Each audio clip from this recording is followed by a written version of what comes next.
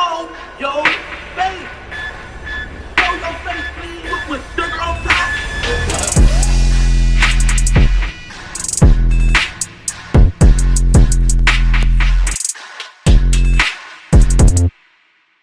Hey, what's up, y'all? Y'all know my slogan. I don't know it all, but I know what I've been through. Now, before we get into this video, please make sure you head on down to Instagram and follow us on our official Instagram page at Hookah Anonymous _. We're able to be a little more explicit, a little more uncensored, and share content freely without running the risk of having our channel terminated. So, once again, make sure you head on down to Instagram and follow us on our official Instagram page at Hookah Anonymous _. We're almost at 100,000 subscribers. So if you like this video, make sure you subscribe and hit that bell so you're notified every time we drop new content. Now let's get into what you guys came here to see. Now, as most of you may already know, Munna Duke has been arrested not too long ago, and it's been reported that he's being charged with being a habitual criminal, having a laser sight attachment for a firearm, silencer, muffler, and battery causing bodily harm, and allegedly he had a few weapons with him, which is pretty messed up considering the fact that Duke just came home from doing a pretty lengthy sentence before and have only been home for around 3 years. If I'm not mistaken, I think he came home in 2021. And within those 3 years, he was still having minor run-ins with the law. Let's also keep in mind that Munna Duke and Super Hot Shopper, aka Fat Fat, has just welcomed their first kid together into the world not too long ago neither. So this would definitely be a blow to him because with the charges he has and with the prior convictions he has as well, this may not be a good look for him when it comes to being in his child's life. And I'm sure as any father, you would want to be a part of your child's life through the growing stages.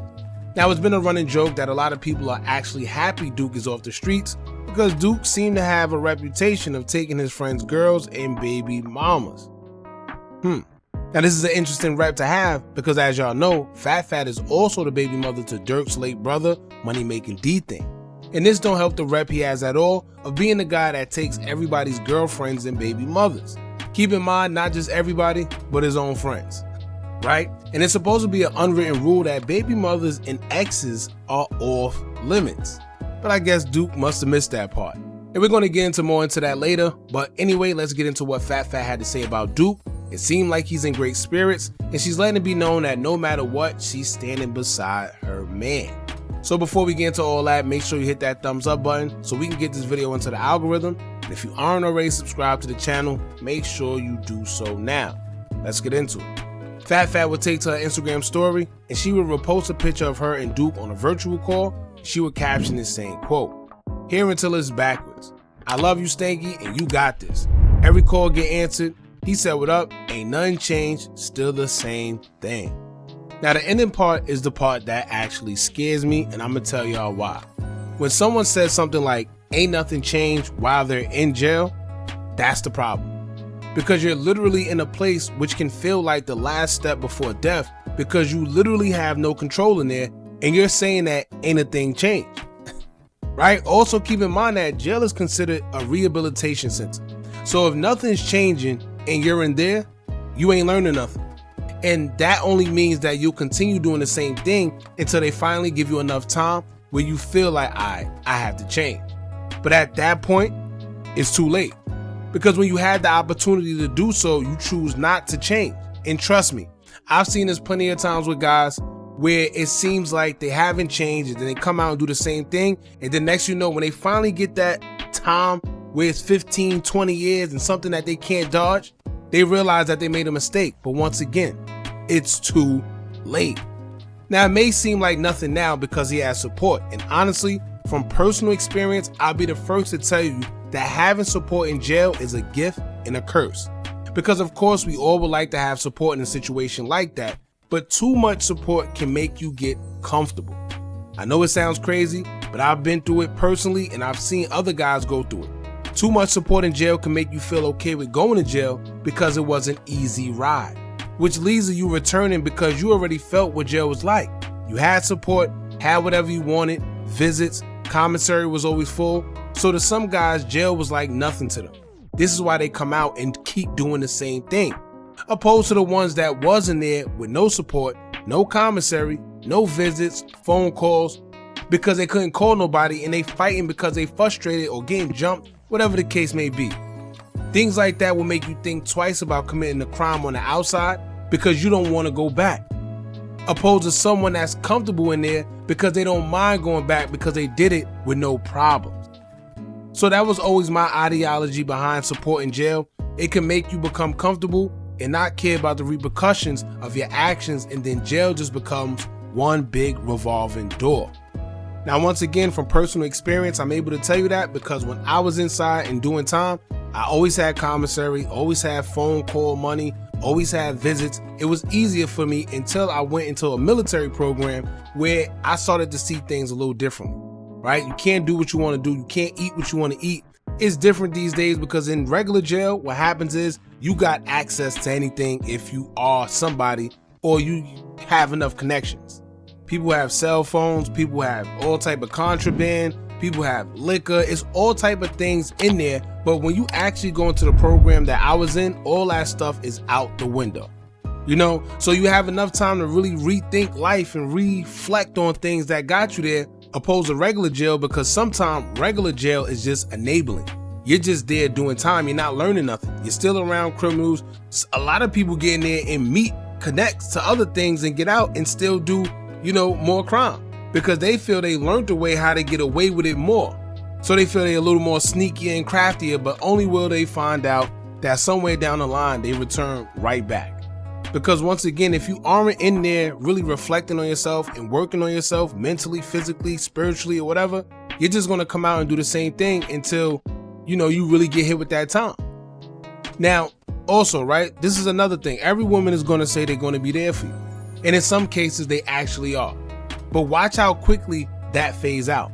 Watch how quickly that woman goes from being so supportive and not missing a phone call or a visit to suddenly she can't pick up every phone call or come to every visit. You know, a lot of the time we tend to forget that just because we are incarcerated, that doesn't mean that everybody's life stopped just because yours pretty much did. And depending on the time you have, them people that was once there in the beginning fade away as time progresses. Trust me. In the first year, it's easy, even in the second year, maybe even in the third year. But once you start getting time like 8 to 10 years or 15 to 20, forget about it. That's when it gets tricky, especially with women. You have to remember women have needs too. And then they start thinking like, well, I didn't get you in there, right? I did what I was supposed to be doing. You got yourself in there. Y'all end up arguing over something and now you in there stressing because there's nothing you could really do. But besides from that, it's hard to sit there and really think that a woman is going to be 100% by your side if you're doing a long prison term. That's just reality of it. A lot of people like to sit there and be unrealistic about it, but it's reality. Now just think as a man how you would be if she had to do a long prison term. That's a perfect way to put it. But like I stated before, women have needs too. So it just is what it is. You got some guys that go to jail and right before they get sentenced or they time, what they do is they break off all relationships because they don't want to put up with the stress. I've seen that personally too.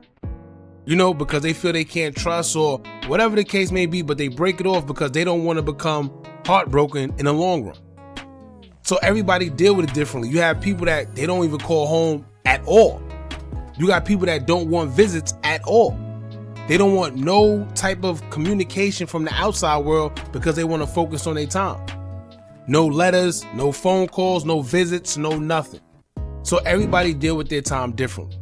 Now, when it comes to these two, Fat and Duke, I'm not saying that this is going to become their destiny.